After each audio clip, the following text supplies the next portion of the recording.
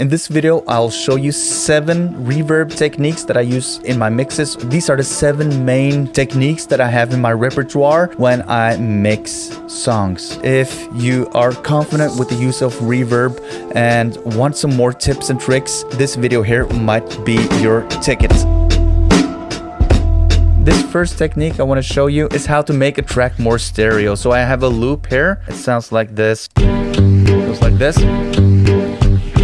Okay. So say I want this to be a bit more stereo. I can use reverb like this. Send effect, bus 1. I call it Verb L. And then I can have bus 2. I call it Verb R for right. And then in Logic, I have those two. I'll make tracks of them like so. And then I will go to the pan knob and I will call it stereo pan on both, stereo pan, and have them on each channel. I'll use the Superplate for this one, for this left one, and let's tweak that. A bit too long.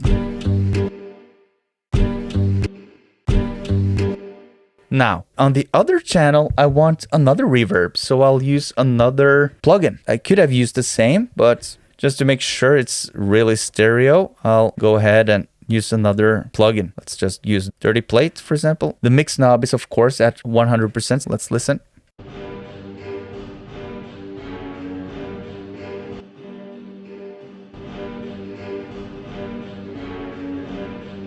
Yeah, there you have the stereo effect. Now let's listen to it in the context.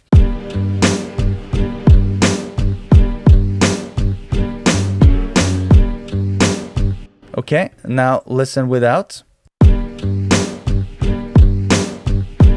Of course, these are subtle changes, but when stacked up with different elements in the mix, it really makes a difference. Number 2, duck the reverb. I'm going to solo these two here. I'm going to insert another reverb, Verb duck, Verb duck. Okay, I'll use the Superplate. Now I'm going to duck the reverb, so I will put on a standard compressor with a side chain, and the side chain is the main loop. So this signal right here is going to activate the compressor so that whenever the main loop is playing, the reverb will be ducked by the compressor.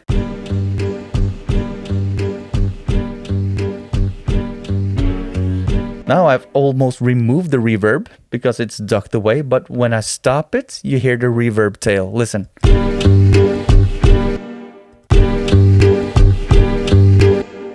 You hear? Sweet. Especially on vocals, this is a magnificent technique to apply to not drain the vocals, especially rap vocals, to not make them sound wet and mushy. But whenever the vocal stops, you get a sweet reverb tail without having to automate or do any fancy stuff. Just a simple side chain with a simple compressor. That's all you need. And as a natural supplement to this video, I got my free mixing cheat sheet. It's called the Ultimate Mixing Guide for Producers. The link is in the description, where I give you 15 cheat codes to a better mix and my mixing workflow broken into 10 steps. So it's a quick read, 5 minutes max, and you'll get some results. If this video is of value to you, the mixing cheat sheet will be. Next up, and I'm going to use the snare for this, it's the reversing the reverb. I'm making a new channel where I put on, as an insert effect, a reverb. Let's do it a long reverb. And it would sound like this. Yeah, we can have it on 100%. And then we will bounce track in place, like so. And you will have this long reverb shot right here, which will be this. Okay, and then we can reverse it like so. Reverse. In Logic Pro X, you double click the region, and here you get this here, and go to File, go to Functions, and then go to Reverse. So now I've reversed it.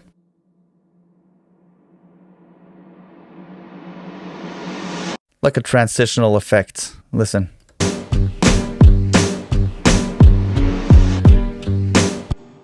We can even do this, like so. only slightly subtle. You like that technique? I certainly do. Next up, automate the reverb. So the application for this could be a lot of situations, but especially when you want to insert some movement into the groove. To keep it simple, let's just use the main loop and we'll create a new bus. Call it auto verb.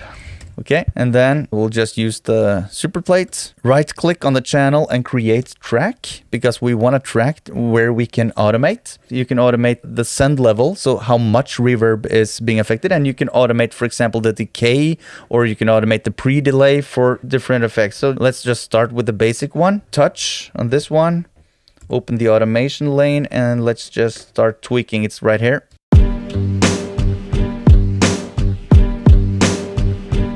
This is especially for vocals when the beat is cut and the vocal is naked. I like to cut down the reverb so that the vocal is drier when it's without the music, for example.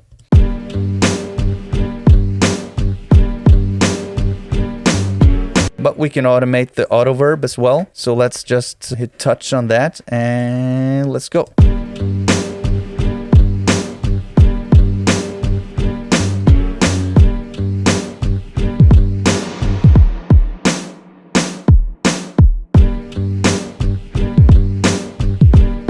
There are many things you can do, but in all essence, this automation of reverb can really insert some nice movement to your mixes. Next up, and this is a really easy technique, and it's just to control the reverb a bit more. And you want control, especially when you use some weird reverb algorithms. You want to have those under control, and you can just use a regular compressor. We would want to use a high ratio and a fast attack and a medium release. Just compress the snot out of it, basically.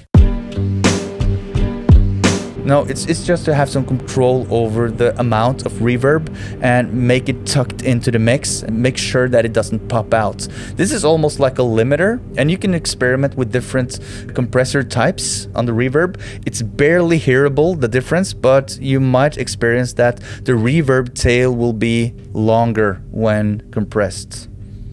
It won't disappear like it used to do, because many times the reverb tail tends to just go away and disappear in the mix. If you've compressed it, it should be more consistent. Just to show you exactly the effect, listen here. Listen without first and take note of the reverb tail. And now with. You heard that the tail was stronger in the beginning, straight after cutting the sound. The tail was more massive. The sixth thing I wanted to show you is the pre-delay, and here we can see the pre-delay is standard by 20 milliseconds, but we can move it up. The pre-delay is the insertion of silence before the reverb kicks in. So you have the signal, you have silence, and then you have the reverb tail. Let me show you on the snare. So we'll go here. You can see here. Okay, and then pre-delay. You see? And this is for getting a cleaner result. Especially good for vocals, for snares, and so on. Final tip I had was color the reverb. It's basically two ways I do this. One way is using this plugin right here, the Valhalla Vintage Verb, and I do it with the 1970s color, which is a bit more dirty. And you have the different algorithms, for example, dirty hall, dirty plate, smooth plate. Those are different colors. So that's one way. Another way I do it is I use some distortion plugin, for example, a bit crusher. Just to get some saturation or bit crushing or distortion going on, and it really depends on what you want to achieve. And so those were the 7 tips, and let me know in the comments which one have you tried before, and which one would you like to try if you haven't already. Let me know in the comments. And if you liked this video, you might also like one of these videos, and I'll hope I see you there. Peace!